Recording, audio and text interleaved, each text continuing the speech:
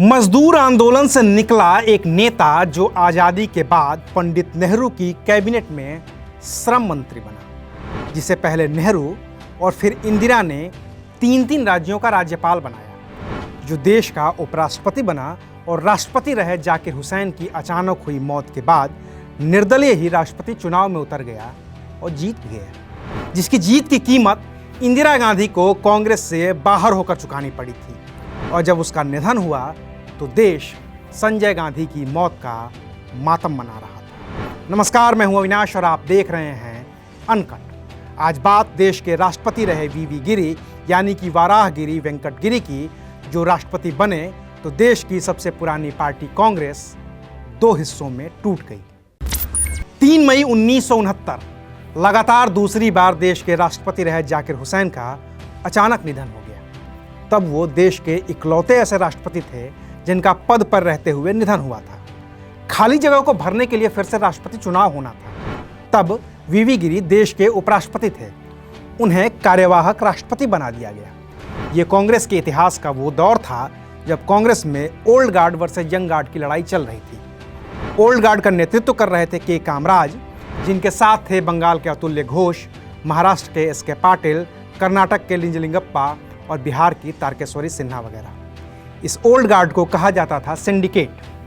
वहीं young guard का नेतृत्व था इंदिरा गांधी के हाथ में, जो प्रधानमंत्री थीं और बतौर लोहिया शुरुआत में तो वो गूंगी गुड़ियाँ थीं जिन्हें सिंडिकेट चला रहा था। लेकिन इंदिरा को इस सिंडिकेट से खतरा था।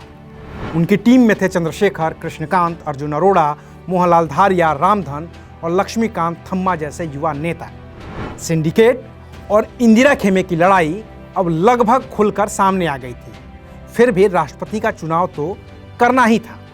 ऐसे में 10 जुलाई 1969 को बेंगलुरु में कांग्रेस संसदीय समिति की एक बैठक बुलाई गई, तय करने के लिए कि राष्ट्रपति पद का उम्मीदवार कौन होगा। सिंडिकेट चाहता था कि नीलम संजीव रेड्डी उम्मीदवार बने, वहीं इंदिरा चाहती थी कि जगजीवन राम को अगला राष्ट्रपति बनाया जाए। लेकिन संसदीय बोर्ड में इंदिरा का फैसला पास नहीं हो पाया।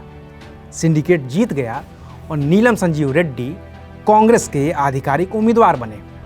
इसकी कसक इंदिरा गांधी को थी, क्योंकि संसदीय समिति की इस बैठक से पहले कांग्रेस अध्यक्ष के कामराज ने खुद इंदिरा गांधी को राष्ट्रपति बनने का प्रस्ताव दिया था, जिसे इंदिरा ने मना कर दिया था क्योंकि ये उनका सियासी अंत जैसा था। इस बीच कांग्रेस संसदीय समिति की बैठक के ठीक 10 दिन बाद 20 जुलाई 1969 को इंदिरा गांधी के 14 बैंकों का राष्ट्रीयकरण कर दिया और बतौर कार्यवाहक राष्ट्रपति वीवी गिरि ने इस पर अपने हस्ताक्षर कर दिए। ये उनके कार्यवाहक राष्ट्रपति के तौर पर अंतिम फैसला था। इसके बाद उन्होंने अपने पद से इस्तीफा दे दिया।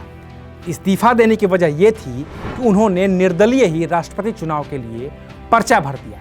वहीं कांग्रेस संसदीय समिति ने अपना आधिकारिक उम्मीदवार बनाया था नीलम संजीव रेड्डी को। एक तीसरा भी उम्मीदवार इस चुनावी मैदान में था। उनका नाम था सीडी देशमुख, पूरा नाम चिंतामण द्वारकानाथ देशमुख, जिन्हें जनसंघ और स्वतंत्र पार्टी ने अपनी ओर से राष्ट्रपति पद का उम्मीदवार बनाया था। लेकिन यहाँ पर इंदिरा गांधी ने बड़ा खेल कर दिया। प्रत्यक्ष तौर पर तो इंदिरा ने नीलम संजीव रेड्डी का विरोध नहीं किया, लेकिन ये साफ था कि इंदिरा के कहने पर ही वीवी गिरि ने इस्तीफा दिया है और निर्दलीय ही चुनावी मैदान में उतरे हैं। वोटिंग से एक दिन पहले इंदिरा गांधी ने कांग्रेस के सांसदों से कहा कि वो अपनी अंतरात्मा की आवाज पर राष्ट्रपति चुनाव में वोट करें।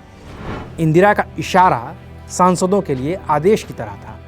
राष्ट्रपति चुनाव का नतीजा आया तो कांग्रेस के आधिकारिक कैंडिडेट नीलम संजीव रेड्डी चुनाव हार गए थे। निर्दलीय पर्चा भरने वाले वीवी गिरि राष्ट्रपति चुनाव जीत गए थे, जो अपने आप में एक ऐतिहासिक घटना थी और आज भी ये घटना ऐतिहासिक है। लेकिन इसका अंजाम भुगतना पड़ा इंदिरा गांधी को। ओल्ड गार्ड ने तय किया कि कांग्रेस में सिंडिकेट और इंदिरा दोनों का एक साथ रहना मुनासिब नहीं है। नतीजा हुआ कि कांग्रेस अध्यक्ष लिंजलिंगप्पा ने इंदिरा गांधी को कांग्रेस के प्राथमिक सदस्यता से बर्खास्त कर दिया। इसके बाद इंदिरा ने एक मीटिंग बुलाई। प्रधानमंत्री तो वो थी ही। सिंडिकेट ने इसका विरोध किया, लेकिन इंदिरा ने ओल्ड गार्ड के विरोध को दरकिनार कर एक नई पार्टी का ऐलान कर दिया। इसका नाम रखा गया कांग्रेस रिक्विजिशन। अध्यक्ष बने जगजीवन राम। कांग्रेस के कुल 705 सांसदों में से 446 सांसद इंदिरा के साथ थे। बाद में इंदिरा वाली कांग्रेस को ही कांग्रेस रूलिंग और इमरजेंसी के बाद कांग्रेस इंदिरा के नाम से भी जाना गया। अब की जो कांग्रेस है वो वही कांग्रेस है जिसे इंदिरा ने बनाया था।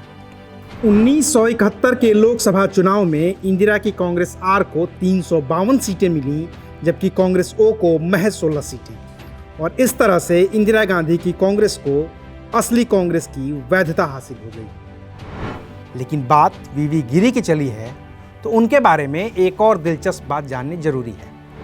वीवी गिरी के पिता वकील थे, तो वीवी गिरी भी वकालत पढ़ने के लिए आयरलैंड चले गए थे। यूनिवर्सिटी कॉलेज ऑफ डबलिन में एडमिशन लेने के बाद वीवी गिरी ने वहाँ पढ़ाई कम और राजनीति ज़्यादा शुरू कर दी। ये बात है 1913 की।